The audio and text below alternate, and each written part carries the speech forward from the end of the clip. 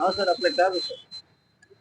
हा विषय असा आहे की 24 ऑगस्ट 2025 रोजी पाथरी पोलीस स्टेशन मध्ये मी एक जनावर प्रभाकर बालाजी उदावंत आणि पिंटू कदम या दोन इस्मांनी माझ्यावर हमला केला होता, म्हणून मी अनुसूचित जाती जमाती अत्याचार प्रतिबंधक कायद्यानुसार मी त्यांच्यावर अॅट्रॉसिटी ऍक्ट नुसार वाघमारे साहेब हे त्या अॅट्रॉसिटी ऍक्ट मधले आयो आहेत, ते त्यांनी तपास चुकीच्या पद्धतीने केला.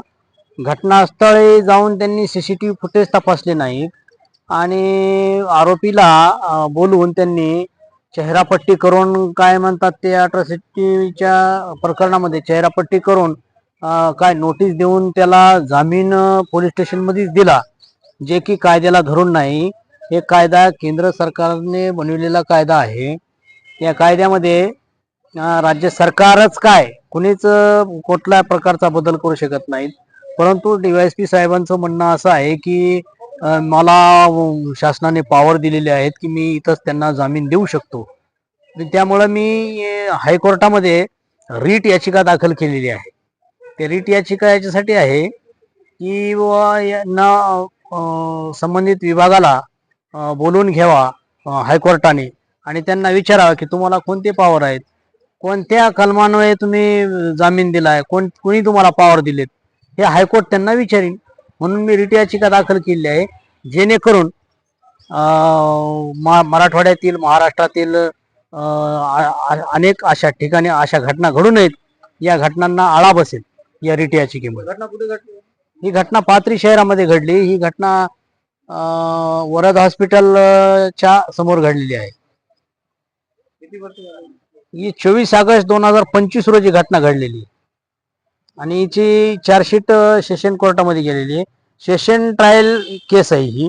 सेशन कोर्टामध्ये ज्यावेळेस आरोपी जामीन दाखल करतो त्यावेळेस जज, सेशन कोर्टाचे जज देखील फिर्यादीला नोटीस देऊन विचारतात की या आरोपीला जामीन द्यायचा का नाही.